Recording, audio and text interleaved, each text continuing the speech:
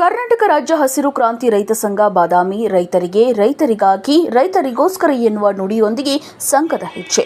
ಸಂಘ ಅಂದರೆ ಏನು, ಯಾಕೆ ಸಂಘ ಮಾಡಬೇಕು, ಸಂಘದ ಉದ್ದೇಶವೇನು? ಹಾಗಾದರೆ ಈ ಕರ್ನಾಟಕ ರಾಜ್ಯ ಹಸಿರು ಕ್ರಾಂತಿ ರೈತ ಸಂಘದ ಸಂಸ್ಥಾಪಕ ರಾಜ್ಯ ಅಧ್ಯಕ್ಷರಾದ PS ಕವಡಿಮಠ್ ಇವರ ಮುಂದಿನ ಹೆಜ್ಜೆ ರೈತರಿಗೆ ಸಂಬಂಧಪಟ್ಟ ಪ್ರತಿಯೊಂದು ಇಲಾಖೆಯಲ್ಲಿ ಯೋಜನೆಗಳು ರೈತರಿಗೆ ತಲುಪಬೇಕು. ಈ ಸಂದರ್ಭದಲ್ಲಿ ವಸಂತ ಹನುಮಪ್ಪ ಜಡಿಯನ್ನವರ್ ರಾಜ್ಯ ಉಪಾಧ್ಯಕ್ಷರು, ಯಲ್ಲಪ್ಪ ನಾಗಪ್ಪ ಪತ್ರೋಟಿ ರಾಜ್ಯ ಪ್ರಧಾನ ಕಾರ್ಯದರ್ಶಿ, ಬಸವರಾಜ್ ಸಂಗಪ್ಪ ತೀರ್ಥಪ್ಪನವರ್ ಸಂಘದ ಖಜಾಂಚಿ ಸಂಘದ ಕುರಿತು ನಮ್ಮ ಮಾಧ್ಯಮದ ಮುಂದೆ ಮಾತನಾಡಿ ತಮ್ಮ ಕಾರ್ಯವೈಖರಿಗಳ ಬಗ್ಗೆ ತಿಳಿಸಿದರು. ಶಕ್ತಿ ತುಂಬಿದ್ರೆ ಒಂದು ಒಳ್ಳೆಯ ಕೆಲಸ ಆಗುತ್ತೆ ಅಂತ ಹೇಳಿ ನನಗೆ ಅಗದಿ ಭರವಸೆಯಿಂದ ನನ್ನ ಮನಸ್ಪೂರ್ವಕ ಹೇಳತಕ್ಕಂಥ ಮಾತು. ಈ ರೈತರಿಗೆ ಏನಾಗಿದೆ ಅಂದ್ರೆ ಅವ್ರ ಬೆಲೆನೇ ಇಲ್ಲ. ಆ ರೈತಿಗೆ ಯಾವಾಗ ಬೆಲೆ ಬರ್ತದೆ, ಇನ್ನು 5 ವರ್ಷ ಬೇಡ, ಇನ್ನು 10 ವರ್ಷ ಬಿಟ್ರೆ ಒಬ್ರು ಗುರುಗಳು ಹೇಳ್ಯಾರ ಮೊನ್ನೆ ಒಂದು ಇದ್ರೊಳಗೆ, ಏನು ರಾಜಕಾರಣಿಗಳು ಹಳ್ಳಿ ಕಾರ್ಯ ಆಡ್ತಾರೆ, ಮಸ್ಜಿದ್ ಬ್ಯಾಂಕ್ನಾಗ ಆಡ್ತಾರೆ, ನೀವು ಅಡ್ಡಾಡೋದು ಎಲ್ಲರೂ ಮಿಕ್ಕತ್ತ, ಇನ್ನು ರೈತ ಹೆಲಿಕಾಪ್ಟರ್ನಾಗ ಆಡ್ತಾನೆ ಅನ್ನೋ ಒಂದು ಸಂದೇಶವನ್ನು ಒಬ್ರು ಗುರುಗಳು ಹೇಳ್ಯಾರ. ಆ ರೀತಿ ನಾವು ಕಾಣ್ಕೊಂಡು ನಮಗೆ ನನ್ನ ಕನಸಿನಾಗಲ್ಲ, ನಮ್ಮ ಮನಸ್ಸಿನಾಗೈತೆ ಅದು.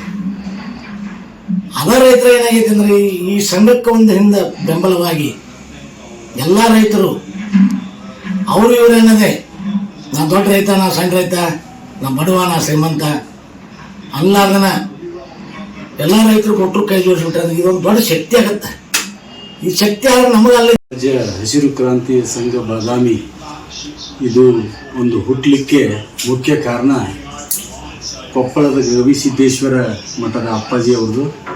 ಇದಕ್ಕೆ ಮುಖ್ಯ ಕಾರಣ ರೈತರಿಗಿರ್ತಕ್ಕಂಥ ಭಾವನೆಗಳನ್ನು ಅರ್ಥಕೊಂಡು ಇವತ್ತಿನ ದಿನಮಾನದಲ್ಲಿ ರೈತರು ಹಾಗೂ ಸೈನಿಕರು ಮುಖ್ಯ ನಮ್ಮ ದೇಶದ ಬೆನ್ನೆಲುಬು ಅಂತ ಹೇಳ್ತಕ್ಕಂಥ ರಾಜ್ಯ ಸರ್ಕಾರಗಳು ಇವರಿಗೆ ಏನು ಇಲ್ಲಿವರೆಗೆ ಬೆಂಬಲ ಬೆಲೆ ಆಗಿರ್ಬೋದು, ಸಲಕರಣೆ ಆಗಿರ್ಬೋದು, ಉತ್ಪಾದನಾ ಶಕ್ತಿ ಹೆಚ್ಚಿಸುವ ಸಾಕಷ್ಟು ಯೋಜನೆಗಳನ್ನು ಸಮರ್ಪಕವಾಗಿ ಗುರುತಿಸುವಲ್ಲಿ ಮತ್ತು ಅನುಷ್ಠಾನ ಕೈಗೊಳ್ಳುವಲ್ಲಿ ರಾಜ್ಯ ಸರ್ಕಾರ ವಿಫಲ ಆಗಿರುವುದರಿಂದ ಬೆಂಬಲ ಬೆಲೆ ಹಾಗೂ ರೈತರ ಒಂದು ವಿದ್ಯುತ್ ಉತ್ಪಾದನೆ ಆಗಿರ್ತಕ್ಕಂಥ ಸೋಲಾರು ಇಂಥ ಒಂದು ಉತ್ಪಾದನೆಯನ್ನು ರೈತರು ಉಪಕಸಬುಗಳನ್ನು ಮಾಡಿಕೊಂಡು ಇಂಥ ಒಂದು ಕೆಲವೊಂದು ಸಾಕಷ್ಟು ರಾಜ್ಯ ಸರ್ಕಾರ ಆಗಿರ್ಬೋದು, ಕೇಂದ್ರ ಸರ್ಕಾರದಾಗಿರ್ಬೋದು ಸಾಕಷ್ಟು ಯೋಜನೆಗಳನ್ನು ಏನು ಮಾಡಿದಾರೆ. ಅವ್ರ ಮೇಲೆ ಕ್ರಮ ಕೈಗೊಳ್ಳಕ್ಕೆ ಒಂದು ಒಳ್ಳೆ ನಿರ್ಧಾರ ತಗೊಂಡಾರ, ಅದು ಒಂದು ಅಭಿನಂದನೆ.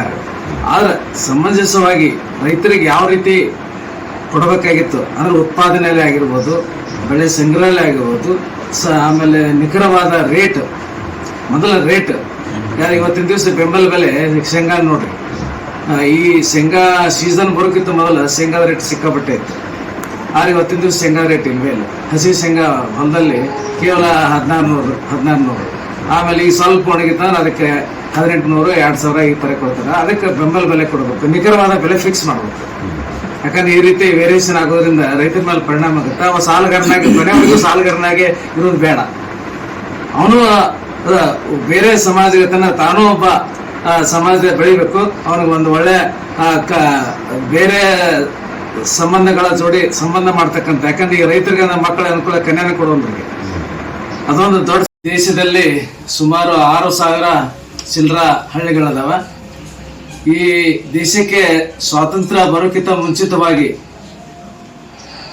ಕರಕುಶಲಗಳು ಅಂದ್ರೆ ಕುಶಲಕರ್ಮಿಗಳಿದ್ರು ಹಳ್ಳಿಯಲ್ಲಿ ಅವರೇ ದೇಶನ ಆಳುವಂತ ಲೆವೆಲ್ಗೆ ಬೆಳೆದಿದ್ರು. ಹಳ್ಳಿಗಳು ಸ್ವಾವಲಂಬಿಗಳಾಗಿ ತಮ್ಮ ಕೆಲಸ, ತಮ್ಮ ಸಣ್ಣ ಪುಟ್ಟ ಕೈಗಾರಿಕೆಗಳನ್ನು ಮಾಡಿ ಈ ಹಳ್ಳಿಗಳ ದೇಶ ಅಂತಿಕೊಂಡು ಭಾರತ ದೇಶ ಅನಿಸ್ಕೊತ ಆ ದಿಶೆಯಲ್ಲಿ ಸಣ್ಣ ಪುಟ್ಟ ಕೈಗಾರಿಕೆಗಳನ್ನ ಹಳ್ಳಿಯಲ್ಲಿ ಹುಟ್ಟು ಹಾಕಿ ಆ ರಾ ಮಟೀರಿಯಲ್ ಅಂದ್ರೆ ಅದೇ ಒಬ್ಬರಿಗೆ ಉಪಯೋಗ ಬರತಕ್ಕಂತ ಮಟೀರಿಯಲ್ ಆಗ್ತಿತ್ತು. ಆ ದಿಶೆಯೊಳಗ ಹಳ್ಳಿಗಳು ಇದ್ದು.